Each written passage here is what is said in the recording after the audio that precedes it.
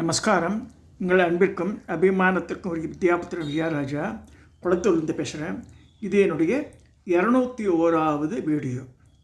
இந்த வீடியோவில் தசமகா வித்யாவில் 7வது வித்யாவான தூமவதி வித்யா பற்றி பார்க்க போகிறோம். இந்த தூமவதி வித்யா, அந்த இவருடைய மந்திரங்களை முதல்ல பார்த்துடலாம். இந்த மந்திரம் என்ன சொல்கிறதுன்னா, தூம் தூம் ஓம் சொல்லி தூம் தூம் தூமவத்தியை ஸ்வாகான்னு சொல்கிறதுக்கு. இப்போ நாங்கள்லாம் சொல்கிறது அந்த காலத்துக்கு தெரிஞ்சிடுறது ஓம் தூம் தூம் தூமவத்தியை டட ஸ்வாகா அப்படின்னு ஒரு மந்திரம் இருக்குது. திருப்பியே சொல்கிறேன். ஓம் தூம் தூம் தூமவத்தியை டட ஸ்வாகா, இதுதான் மந்திரம் வருது. சரி, இவள் யார், எப்படி உதயமா ஆவிர்பகானா அப்படின்னு சொல்லும்போது தக்ஷ யஜ்ஞம் நடக்கிறது. தக்ஷ பிரஜாபதி பெரிய வேள்வி பண்ணுறான். அதில் பரமேஸ்வரனை கூப்பிடவே இல்லை, மாப்பிள்ளை கூப்பிடல. அப்போ அவன் தட்சணோட பொண்ணான சத்திதேவி தக்ஷாயினி அப்பா ஆற்றுக்கார்ட்ட சொல்கிறார், எங்கள் அப்பா ஆற்றுல ஹோமம் நடக்கிறது, பெரிய இது, எல்லாரும் போகிறா, தேவர்கள்லாம். இல்லை, நீ போகாதேன்றார் அவர். உனக்கு நமக்கு இன்விடேஷனாக வரல. அதாவது மதியாதா தலைவாசல் மிதியாமை கோடி பெரும்னு சொல்லியிருக்கு. உண்ணீர் உண்ணீர் என்று உபசரியா தம்மறையில் உண்ணாமை கோடி பெரும்னு இருக்கு. ஸோ இதெல்லாம் பார்க்கும்போது நம்ம கூப்பிடாத இடத்துல போய் நிற்கவே கூடாது. அது ரொம்ப அவமானமாக இருக்கும். பட் இருந்தாலும் அவர் என்ன சொல்கிறேன், கூட பிறந்தவா தங்கையெல்லாம் அவங்கெல்லாம் போயிருக்காங்க. சந்திரனுடைய 27 பொண்டாட்டிக்கு போயிருக்கா. எல்லா சகோதரிகள் தான், அவளை நான் பார்க்க வேண்டாமா?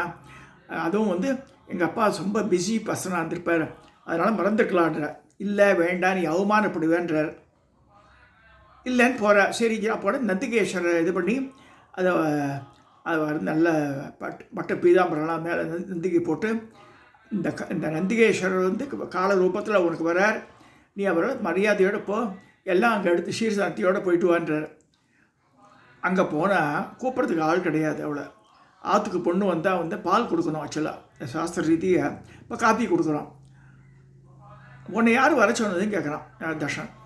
அப்பயே ஷீ சப்ஸ்ட்.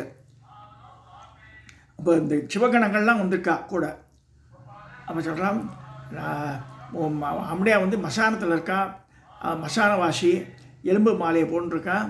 அவனை நான் கன்சிடரே பண்ணுறதில்ல. இங்கே ஏதோ உத்தம மனுஷாலாம் இருக்கா, மகாவிஷ்ணு இருக்கா, பிரம்மா இருக்கா, எல்லாம் வந்திருக்கா, தேவர்கள்லாம் வந்திருக்கா. இந்த இடத்துல இருக்க நான் உன்னை கூப்பிடல, நீ போயிடுன்றான். அப்போ சொல்கிறா, என்ன முட்டாள்தனமாக இருக்குது, நான் ஆற்று மாப்பிள்ளையை கூப்பிடாமல் பொண்ணை கூப்பிடாமல் என்னத்தை பண்ண போகிறேன். இல்லை, நான் பர்பஸாக அவாய்ட் பண்ணேன்னு சொல்லும்போது அவரை பற்றி சுடிச்சோல் சொல்கிறான். அவன் யார், உத்தாண்டி, இதில் பேய் பிசாசோடலாம் ஆடுறவன், மசானத்தில் வாசம் பண்ணுறவன், புலித்தோல் ஆடையாக வச்சுருக்கான், அவனுக்கு மரியாதை நாய்க்கு தரணும்படிலாம் பேசும்போது ஷீ சேஸ் தாட்சாயணி என்ன சொல்கிற, இந்த மாதிரி சுடுச்சொல்லாம் கேட்கணுன்னா, அவர் எங்கள் ஆத்துக்கார் இவ்வளோ சொன்னார், நான் தான் மீறி வந்தேன், என் புத்தியை அடிச்சுக்கணும், நான் என்ன செய்வேன், இந்த எங்கள் ஆத்துக்காரை பற்றி இப்படி பேசினேன், இந்த பேச்செல்லாம் இந்த செவி மடிக்கிறேன். ஸோ இந்த செவி எதில் இருக்குது, இந்த உடம்பில் இருக்குது. அதனால் என் உடம்பே பாவம் பண்ணி எடுத்து நான் இந்த பாவத்தோடு போய் நிற்க விரும்பலை, திருப்பி போய் சொல்லிவிட்டு தான் உடம்பில் யோகாக்னியை வளர்த்துட்டு அந்த ஹோம குண்டத்திலே குதிச்சிடுறாகும். எஸ், இமேஜின் சத்திதேவி பல ஆயிரம் வருஷத்துக்கு முன்னாடி பார்வதி பரமேஸ்வரா கல்யாணம் ஆகிய 17,000 வருஷம் ஆயிடுத்துட்டு இருக்கு. அப்போ அதுக்கு முன்னாடி நடந்தது. ஸோ அப்படி வரும்போது ஹோமகுண்டத்தை குதிக்கும் போது அந்த ஹோமகுண்டத்தில் ஒரு புகை எழும்புறது பெருசாக. அதுலேருந்து தான் தூமவதி உண்டானான்னு வருது. தாட்சாயணி அந்த ஹோமகுண்டத்தில் குதித்த பிறகு அதுலேருந்து அந்த புகையிலேருந்து தான் தூமவதி வர. இந்த தூமவதியை டட ஸ்வாகா சொல்கிறோம் இல்லையா, அந்த தேவத்தை எப்படி உதயமானாலும் அப்படி தான் உண்டாரா. அவளுக்கு அலட்சுமின்னு ஒரு மூதேவின்னு சொல்லப்படுறா அவளை. ஸோ அந்த தூமவதின்ற தேவி எப்படி அவர் டிஸ்கிரைப் பண்ணுறதுன்னா, நல்ல உயரமாக இருக்கா, இதில் பல்லுக்கெல்லாம் இடைவெளி இருக்குது, தலையை விரிச்சு போட்டுருக்கா, அழுக்கான ஆடையை இந்த கிரே கலர் புடவைட்டம் கட்டிகிட்ருக்கா, கையில் மரம் வச்சுட்டுருக்கா, தொடப்பம் வச்சுட்டுருக்கா, அவள் புகையான தேர்வில் உட்காந்துருக்கா. அவருடைய கொடி காக்க கொடி. இங்கே பாருங்கள், கழுது வாகனம் காக்க கொடி. பூதேவிக்கு சொல்லும்போது ஜேஷ்டாதேவிக்கு கழுத வாகனம் சொல்லியிருக்கு. இங்கே காக்க கொடி மட்டும் சொல்லியிருக்கு. இதில் காமிக்கிற பாருங்க. அவரோட ரூபம் படி தான் சொல்லியிருக்கு. இது வர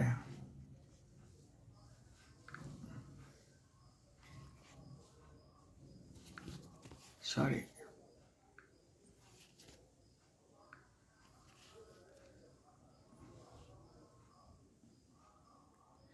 கையில் முறம் வச்சுருக்க காக்கா 2 பறக்கிறது. காக்கை கொடியில் தேரில் காக்கை கொடியில் வரான்னு சொல்லியிருக்கு. ஒல்லியான தேகம், தொங்கிய மார்பு, பல்லுக்கெல்லாம் இடைவெளி இருக்குது, அந்த மாதிரி சொல்லப்பட்டிருக்கு. இது இந்த இன்னொரு படம். கையில் முறத்தை வச்சுருக்கா. ஜேஷ்டைக்கும் அதே தான். ஸோ ஜேஷ்டை தான் தூமவத்தின்னு இன்னொரு இது இருக்குது.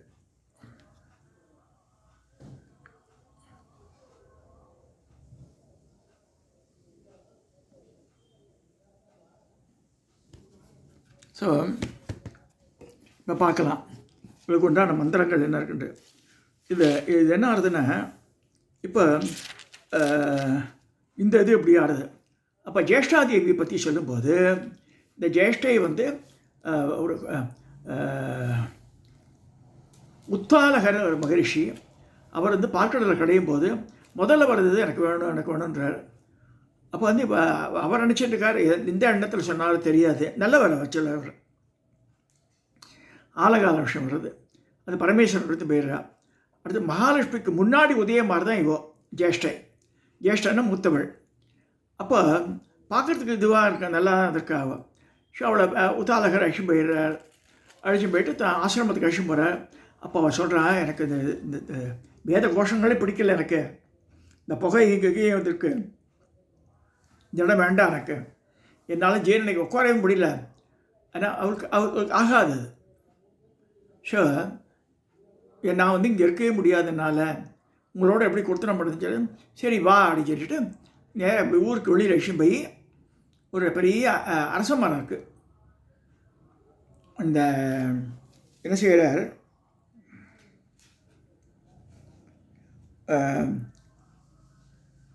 ஒரு அரச மரத்தடியில் கோத்தி வச்சுட்டு நான் போய் உனக்கு நல்ல இடம் பார்த்துன்னு வரேன் அப்படின்னு சொல்லிட்டு போயிடுறார். அப்புறம் வரவே இல்லை. அந்த நேரத்தில் அழறா போன்ற ஜேஷ்டை அழுதுன்னு இருக்கும்போது விஷ்ணுவோட வாக்கு கணங்க தான் உத்தாலக கல்யாணம் உண்டாகும். ஸோ உத்தாலகர் விட்டு போயிட்டார். இப்போ மகாவிஷ்ணு மகாலட்சுமியோட வர, எதுக்கு நீ அழற மாதிரி, நான் உன்னை காப்பாற்ற மாட்டேன்னா சொல்கிறார் விஷ்ணு.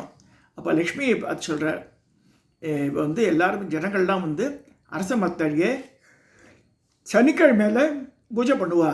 சனிக்கிழமை மகாலட்சுமி இங்கே வந்தாகணும். அரச மரம் வந்து என்ன விஷ்ணு ரூபமாக வச்சு பண்ணுறதுனால நீ சனிக்கிழமையில் மட்டும் இங்கே இருக்காத. ஜேஷ்டக்கு என்ன சொல்கிற, மிச்ச நாளில் இருந்துக்கோ, சனிக்கிழமையில் நீ அரச மரத்தில் தங்கக்கூடாதுன்றார். மிச்ச நாளில் ஜேஷ்டை அங்கே வாசம் பண்ணுவா, அதெல்லாம் ஞாபகம் வச்சுக்கோங்க. ஸோ அப்போ சொல்லிவிட்டு நீங்கள் லக்ஷ்மி வர்றதுனால, ஸோ லக்ஷ்மியும் மகாவிஷ்ணுவும் சனிக்கிழமையில் பூர்ணமாக அங்கே நிரம்பியிருக்கா. இங்கே அரச மரம்னு சொன்னாலே மகாவிஷ்ணு குறிக்கிறது. அரச மரத்தை வெட்டுறது, பிடுங்கி எரியறதுலாம் பண்ண குழந்தை பிராப்தம் இருக்கா போயிடும் அந்த வீட்டில். நல்லா புரிஞ்சுங்க. ஒரு மரம் நல்லா வளர்ந்துட்டு மரம்னா தூக்கி போடக்கூடாது, அதை பிடுங்கி வேற எங்கேயாவும் நடணும், அப்படிதான் சொல்லியிருக்கு. சார் இந்த மாதிரி இருக்குது. இந்த மாதிரி இந்த லிங்க புராணம், விஷ்ணு புராணம்லாம் என்ன சொல்ல, ஆத்ம புராணத்தில் என்ன சொல்கிறதுன்னா, இந்த சனிக்கிழமை இது பண்ண சொல்கிறா இல்லையே, இந்த மாதிரிலாம் வந்து அஸ்வத்த விஷயத்தில் நான் சனிக்கிழமையில் பூஜைக்குரியன்றது உன்னை தினமும் அர்ச்சிப்பவரிடம் உன் தங்கையாக மகாலட்சுமி நிலை பெற்றிருப்பாள் சொல்கிறார். உன்னை வந்து நித்தியப்படி உங்கள்கிட்ட உன்னை பற்றி பூஜை பண்ணுறவாளுக்கு, ஜபம் பண்ணுறவாள்கிட்ட லக்ஷ்மியை நிலைச்சிருப்பான்றார். அகெயின் ஐ ரிப்பீட், ஜேஷ்டையை யார் யார் பூஜை பண்ணுறாளோ துதிக்கிறாளோ அவாகிட்ட லக்ஷ்மியை வாசம் பண்ணுவார் மகாவிஷ்ணு சொன்னதாக இருக்குது. எந்த வீட்டில் தேவி காளியையும் பிரேத ரூபம் கொண்ட டாகினியும் அல்லது க்ஷேத்திரபாலன் இருக்கின்றானோ அப்போ அங்கே போய் இருன்றார். அங்கே பிரவேசித்திரு. பின் உத்தாலக அழைத்து சென்று இங்கிருந்து சொல்லிட்டு விட்டு போயிடுறார். அவர் வந்து ரசாதளம் போயிடுறார். பர்த்தா என்னை விட்டு பாதாளம் சென்று விட்டார், நான் நாதன் என்று இருக்கிறேன், எனக்கு கதி கற்பிக்க வேண்டும் என்று கேட்டால் விஷ்ணு மாதிரி சொல்கிறார்.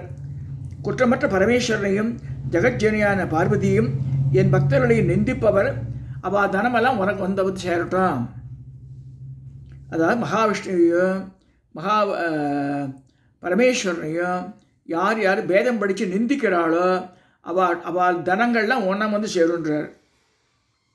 மகாதேவனை நிந்தித்து கொண்டு என்னை குறித்து வேள்வி செய்கின்றாலோ அந்த பாக்கியமில்லா பக்தர்களின் தனமும் உனதாகட்டும் அப்படின்னு சொல்கிறார்.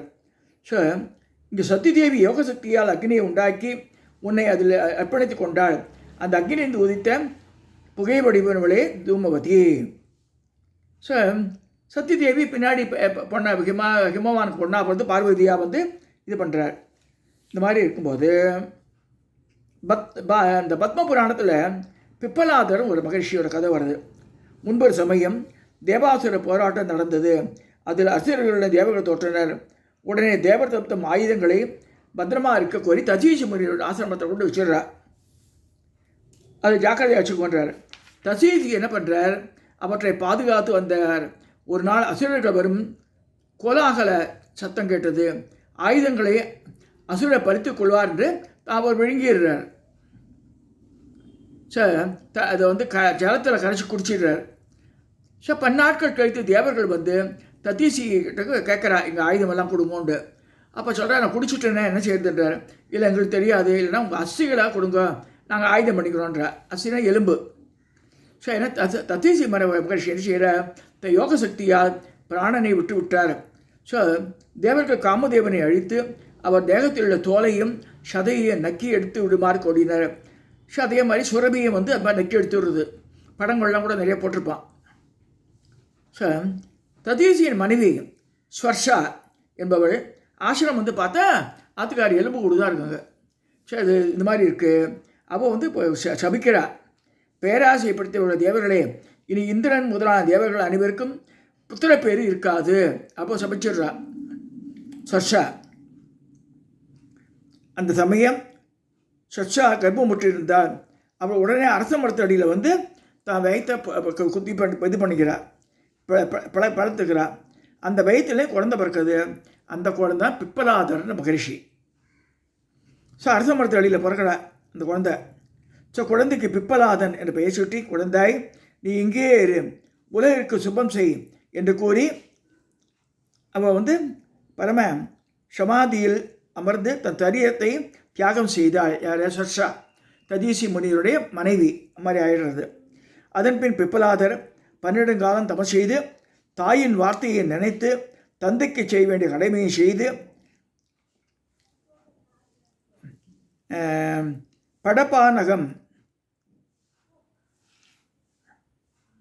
படப்பானலம், அதாவது எல்லாவற்றையும் அழிக்கும் நெருப்பு அப்படின்னு வச்சுட்டு சமுத்திரத்தின் நடுவில் உள்ளது என்பர்.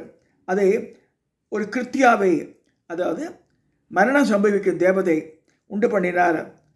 அது அந்த ஆணைப்படி இந்த கோலன்ற அசுரன், அந்த கோலன்ற அசுரன் வந்து இது இவர் ததீசி மகரிஷியை ரொம்ப தொந்தரவு பண்ணியிருந்தாம. இவர் அந்த கிருத்தியை வந்து கிளம்பி அந்த கோலனை அடிச்சிடுறது. முன்பு ததீசி அவர் ஆசிரமத்தில் தவம் செய்யும் போது கோலன் என்ற அசுரன் அவருக்கு தவத்துக்கு இடையூறு செய்து வந்தார். அதை அழிந்த பிப்பலாதர் அதற்கான கிருத்தியை உண்டாக்கினார். மற்ற புராணங்களில் உள்ள பிப்பலாத சரிதம் இதனுடன் தொடர்பு இல்லை. ஆகவே ததீசி புத்தராக்கிய பிப்பலாதர் உண்டாக்கிய கிருத்தியா அதுதான் தூமவதியாக இருக்கணும்னு ஒரு கருத்து இருக்குது.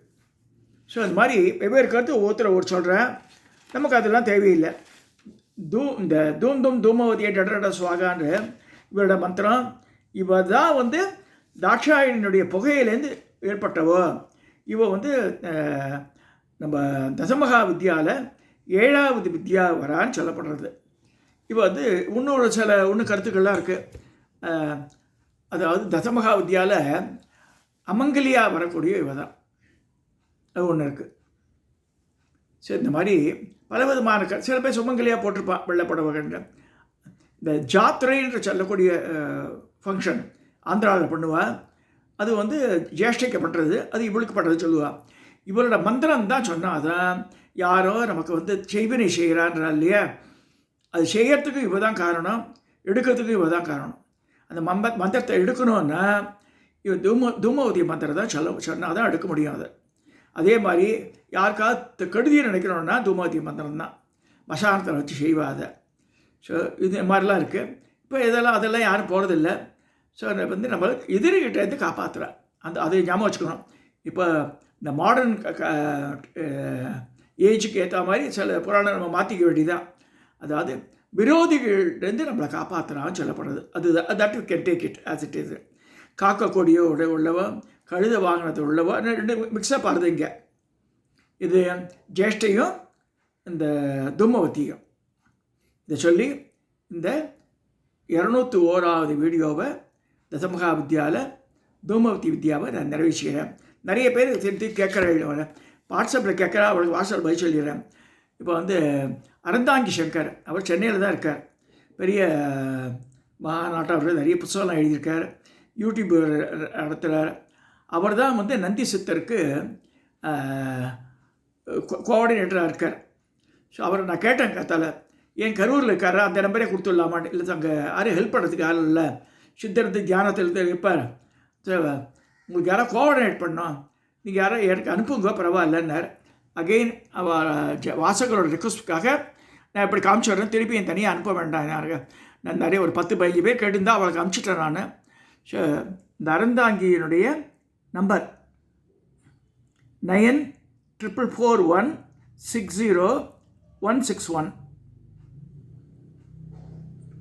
94416061. அறந்தாங்கி சங்கர் பேர். இஸ் அ ரைட்டர், அப்புறம் வந்து யூடியூபர், பழைய நிறைய தெய்வீக தொண்டெல்லாம் பண்ணுறார் இவர். இவரை கான்டாக்ட் பண்ணுங்க. இதை சொல்லி இந்த 201வது வீடியோவை நான் நிறைவு செய்கிறேன்.